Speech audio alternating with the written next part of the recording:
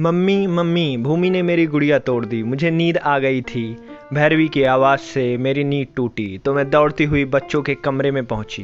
भैरवी जोर जोर से रो रही थी। टूटी हुई गुड़िया एक तरफ पड़ी थी। मैं भैरवी को गोद में उठाकर चुप कराने लगी।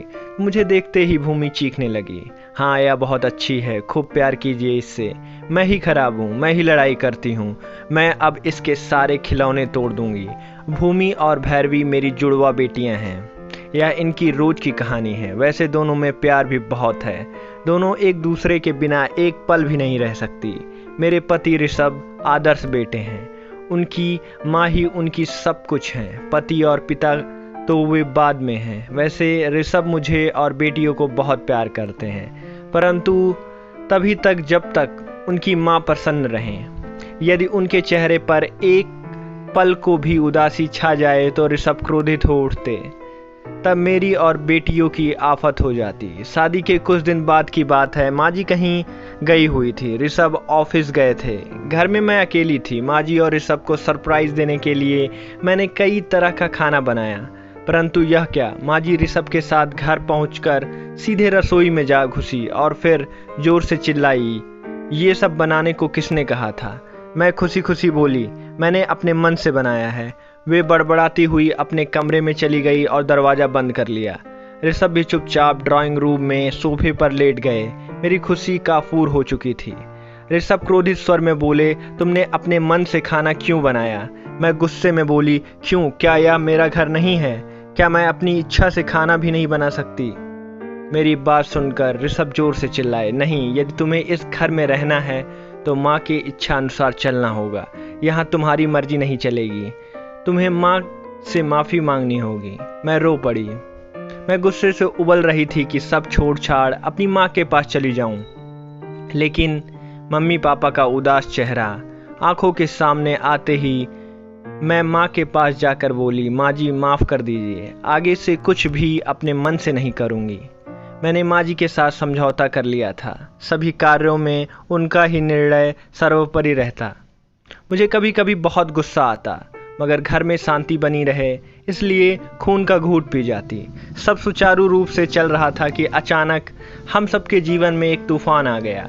एक दिन मैं ऑफिस में चक्कर खाकर गिर गई और फिर बेहोश हो गई। डॉक्टर को बुलाया गया तो उन्होंने चेकअप कर बताया कि मैं माँ बनने वाली हूँ। सभी मुझे बधाई देने लगे, मगर ऋषभ और मैं दोनों परेशान हो गए कि अब क्या किया जाए। तभी माँ जी ने प्रसन्नता व्यक्त करते हुए कहा, तुम्हारे बेटा नहीं था, उसी कमी को पूरा करने के लिए यह अवसर आया है। माँ खुशी से नहीं समा रही थी। वे अपने पोते के स्वागत की तैयारी में जुट गई थी। अब माँ मुझे नियमित चेकअप के लिए डॉक्टर के पास ले जाती। चौथे महीने मुझे कुछ परेशानी हुई तो डॉक्टर के मुंह से अल्ट्रासाउंड करते समय अचानक निकल गया कि बेटी तो पूरी तरह ठीक है और माँ को भी कुछ नहीं है। माँ जी ने यह बात सुन ली, फिर क्या था, घर आते ही फरमान जारी कर दिया कि दफ्तर से छुट्टी ले लो और डॉक्टर के पास जाकर गर्भपात कर लो। माँ जी का पोता पाने का सपना जो टूट गया था। मैंने ऋषभ को समझाने का प्रयास किया, परंतु वे गर्भपात के लिए डॉक्टर के पास जाने की जिद पकड़ ली। आखिर वे मुझे डॉक्टर के पास ले ही गए। डॉक्टर बोली, आप लोगों ने आने में बहुत देर कर दी है, अब मैं गर्भपात की सलाह नहीं दे सकती। अब माँ जी का व्यवहार मेरे प्रति बदल गया। व्यंग बाड़ों से मेरा स्वागत होता। एक दिन बोली, बेटियों की माँ तो एक तरह से बाँझ ही होती है, क्योंकि बेटे से वंश आगे चलता है। अब घर में हर समय तनाव रहता। मैं भी बेवजह बेटियों को डांट देती। ऋषभ माँ जी की हाँ में हाँ मिलाते, मुझसे ऐसा व्यवहार करते जैसे इस सब के लिए मैं दोषी हूँ। वे बात बात पर चीखते चिल्लाते, जिससे मैं परेशान रहती। एक दिन माँ जी किसी अशिक्षित दाई को लेकर आई और फिर मुझसे बोली, तुम ऑफिस से 2-3 दिन की छुट्टी ले लो, या बहुत एक्सपर्ट हैं, इसका रोज का यही काम है, या बहुत जल्दी तुम्हें इस बेटी से छुटकारा दिला देगी। सुनकर मैं सन्न रह गई। अब मुझे अपने जीवन पर खतरा साफ दिख रहा था। मैं ऋषभ के आने का इंतजार करने लगी। वे ऑफिस से आए तो मैंने उन्हें सारी बात बताई। ऋषभ एक बार को थोड़े गंभीर तो हुए, लेकिन फिर धीरे से बोले, माँ जी नाराज हो जाएंगी, इसलिए उनका कहना तो मानना ही पड़ेगा।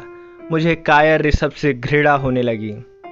अपने दब्बूपन पर भी गुस्सा आने लगा कि क्यों मैं मुखर होकर अपने पक्ष को नहीं रखती। मैं क्रोध से थर थर काँप रही थी। बिस्तर पर लेटी तो नींद आंखों से कोसों दूर थी। ऋषभ बोले, क्या बात है, बहुत परेशान दिख रही हो, सो जाओ, डरने की ज़रूरत नहीं है, सवेरे सब ठीक हो जाएगा। मैंने मन ही मन सोच लिया कि ऋषभ इतने डरपोक क्यों हैं। माँ जी का फैसला क्या मेरे जीवन से ज़्यादा महत्वपूर्ण है? मेरा मन मुझे प्रताड़ित कर रहा था। मुझे अपने चारों ओर उस मासूम का करुण क्रंदन सुनाई पड़ रहा था। मेरा दिमाग फटा जा रहा था। मुझे हत्यारी होने का बोध हो रहा था। बहुत हुआ, बस अब नहीं। सोच मैं विरोध करने के लिए मचल उठी। मैं चित्कार कर उठी कि मेरी बच्ची नहीं, मेरी बच्ची, अब तुम्हें मुझसे कोई नहीं दूर कर सकता। तुम इस दुनिया में अवश्य आओगी। मैंने निडर होकर निर्णय ले लिया था। यह मेरे वजूद की जीत थी। अपनी जीत पर मैं स्वतः इतरा उठी।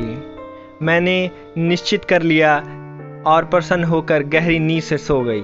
सुबह ऋषभ ने आवाज़ दी, उठो, माँ जी आवाज़ दे रही हैं, कोई दाई आई हैं, तुम्हें बुला रही हैं। मेरे रात के निर्णय ने मुझे निडर बना दिया था, अतः मैंने उत्तर दिया, मुझे सोने दीजिए, आज बहुत दिनों के बाद चैन की नींद आई है। माँ जी से कह दीजिए कि मुझे किसी दाई वाई से नहीं मिलना। माँ जी तब तक खुद मेरे कमरे में आ चुकी थी। वे और ऋषभ दोनों ही मेरे दृष्टा पर हैरान थे। मेरे स्वर की दृढ़ता देखकर दोनों की बोलती बंद हो गई थी। मैं आंखें बंद कर उनके अगले हमले का इंतजार कर रही थी, लेकिन यह क्या? दोनों खुसुर पुसुर करते हुए कमरे से बाहर जा चुके थे। भैरवी और भूमि मुझे सोया देखकर मेरे पास आ गई थी। मैंने दोनों को अपने से लिपटाकर खूब प्यार किया। दोनों की मासूम हंसी मेरे दिल को छू रही थी। मैं खुश थी। मेरे मन से डर हवा हो चुका था। हम तीनों खुलकर हंस रहे थे। ऋषभ को कुछ समझ नहीं आ रहा था कि रात भर में इसे क्या हो गया। अब मेरे मन में ना तो माँ जी का खौफ था, ना ऋषभ का, और ना ही घर टूटने की परवाह थी।